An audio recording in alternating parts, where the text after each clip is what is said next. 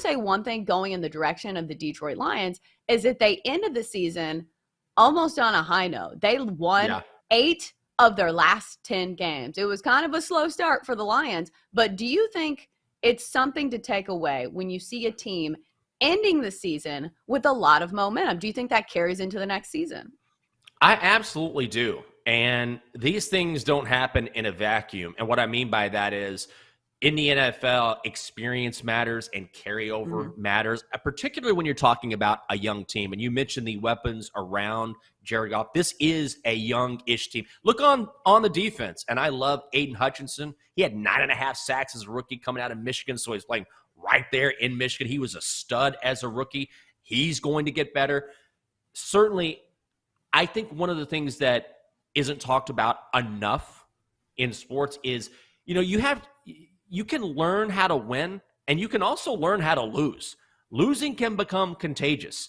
And when you start losing, you can develop bad habits. It becomes part of the culture. It can become culture rot. You have to learn how to do things the right way and understand what it takes to win football games. And so if you're the Lions and you've lost for so long, that's what your experience is. That's what you know. Losing. You expect to lose because that's your existence, right? It's like, that's right. What we do. And now, once you turn things around, you say, wait a second, there is a different way of doing things. We can, and then you start to believe in yourself. That is contagious as well. And then you start doing things differently. Maybe you start working harder because you see the light. And now, when you have a culture of winning, absolutely it can carry over. That's how dynasties are born. I'm not suggesting the Lions are going to be a dynasty, but for a franchise that has lost so much, absolutely winning like they did, especially after starting 1-6, and then they turn things around, I 1,000% believe that will carry over into this season, and they will be better because of it. We've talked about this team and how good they look on paper, how they're extremely talented. It looks like they're about to make another jump, going from a bad team to an average team, and maybe now from an average team to a above average team. But what's the sabotage factor for the Lions this year? Because we know games are not won on paper. Yeah, I think it's injuries for everybody. I mean, look, you lose Jared Goff, the season is, in some significant trouble. So injuries are the equalizer for every team. But I think if you just kind of take that off the table for a second, if you go back and look at their 1-6 start last year, they were turning the ball over. They were committing too many penalties.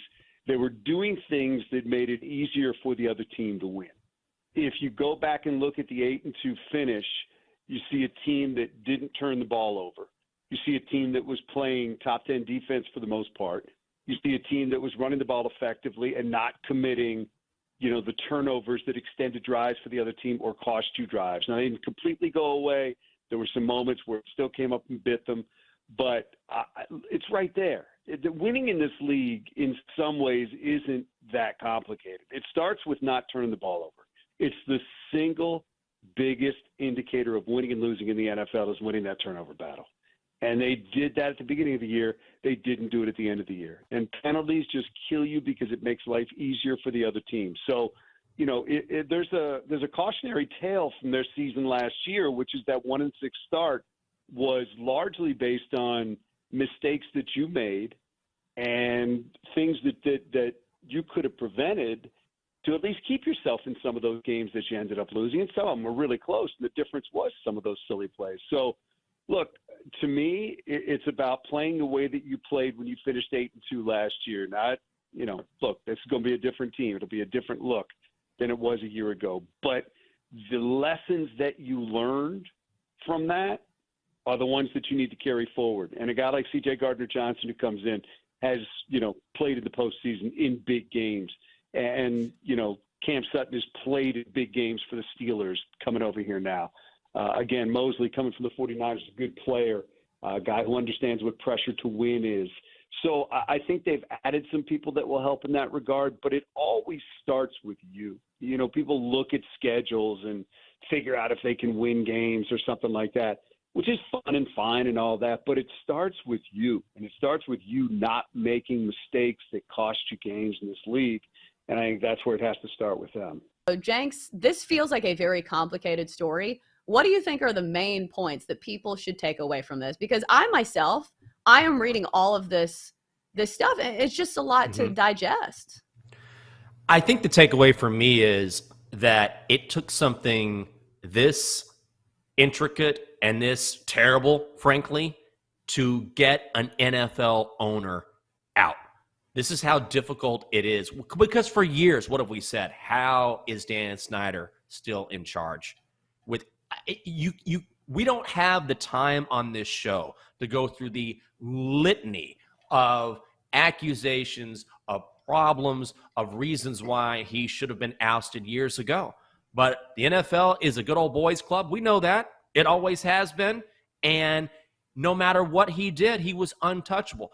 But that's the takeaway for me, is that it took something like this. It took Congress getting involved. That's ultimately, if you want to spin this down and make it very simple, at the end of the day, it took Congress getting involved for the NFL to say, okay, now we have to get rid of this guy. Nothing else before was going to do it.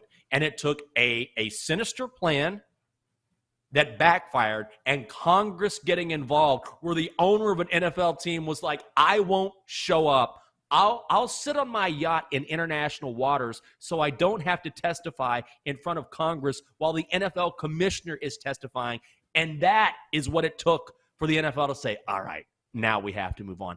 It's pretty incredulous, but that is actually what we're dealing with here. And it just goes to show how powerful the NFL is, that you can have accusation after accusation after accusation, and it doesn't matter. You have to have the government involved before the NFL says, all right, we finally fold. When you're a billionaire, you just have so much power, and it's going to take a lot to topple you off of the mountain. But I think people forget this because football is a game and it's entertainment, but it is still a very large corporation where there are billions of dollars at stake here. So when it's this big of a company, yes, the Senate, the judicial system, all of these things are going to be involved because there's so much money at stake. 18 and a half interceptions. They got to get to 19 interceptions to hit this number. Last year, it was Davis Mills that led the pack with 15 interceptions. Listen, that's a terrible season. And if Matt Ryan is not playing a full season in the league, then no, I am not taking the over on this because, listen, if a quarterback is this bad, they're going to be pulled. They're not going to be playing the whole season. So this is a really hard number to reach. I'm going to take the under on total interceptions of 18 and a half. Good God. Yeah, I agree. I'm taking the under here. Davis Mills and Dak Prescott led the league last season with 15.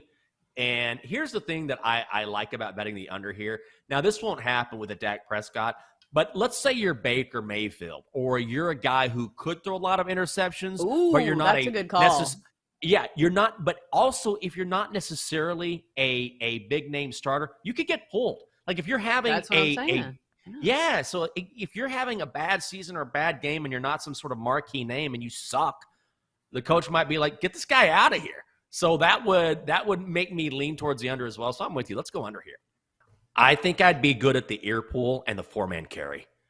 I'm sinewy. I got that old man strength, I've had 4 guys draped over me. I think I could walk farther than people think. You'd be like, oh, my God. And I'm not some sort of bodybuilder, but I think you'd be like, wow, this guy, he's just old. Like he's this old muscle there, like a tree trunk, carrying these people around. And ear pull, I have a very high pain tolerance. I could do that. I was in a study at the University of Texas when I was in Austin, and I got free treatment, but it was an anxiety study, and I did this test where they wanted to test how much pain I could endure, I swear to God. And so they put my arm in ice water, and you know how normally if you get in an ice bath, after a few minutes you go numb, right? They had this motor at the bottom of this pool where you never got numb. It was just straight pain. They kept the water moving, so it was pain, pain, pain, and we'll see how long you can do it. And I remember I was like, okay, I'll give this a shot. And they wanted to test my pain tolerance. And the person examining me, I saw his eyes start to widen. He was like, okay, you can take your arm out now. He goes, Michael, the average man can handle that. I forget the time. It was like for 45 seconds. The average woman can do it for a minute because women generally have higher pain tolerances than men. You just did that for a minute and 30 seconds. That was something. So anyway, I say that. I'm in on the ear pull. Give me the pain. I can do it. Okay, based on the information that I've heard in this segment, doesn't it feel like Jenks is a superhero movie? Like, he's nerdy, he loves books, he loves numbers, but he has a freakish ability to withstand pain. Next thing we're going to hear, Jenks, is that you've been bit by a spider, and all of a sudden, he's bouncing off the walls. He's doing crazy things. Jenks, I think you might be the next Marvel superhero. Am I wrong here? Yes.